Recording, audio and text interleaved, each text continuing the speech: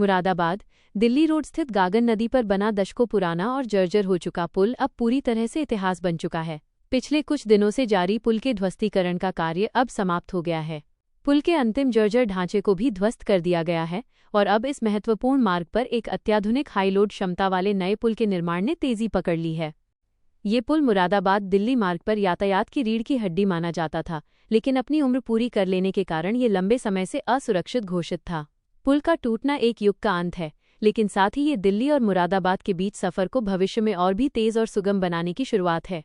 नया पुल लगभग 18.40 करोड़ रुपए की लागत से बनाया जाएगा। लंबाई और चौड़ाई। इसकी लंबाई लगभग 90 मीटर और चौड़ाई 10.5 मीटर होगी, जो इसे ट्रक और कंटेनर जैसे भारी वाहनों के लिए भी पूरी तरह सक्षम बनाएगा। सेतु निगम के ठेकेदार ने पुराने पुल के ध्वस्त होते ही नए पुल के पिलर का ढांचा तैयार करने का काम शुरू कर दिया है।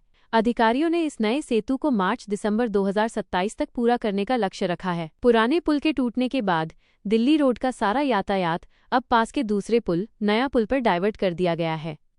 एक ही पुल पर दोनों दिशाओं के वाहनों का अत्यधिक दबाव आ जाने के कारण सुबह और शाम के समय जाम की समस्या आम हो गई है, जिससे राहगीरों को कुछ परेशानी का सामना करना पड़ रहा है।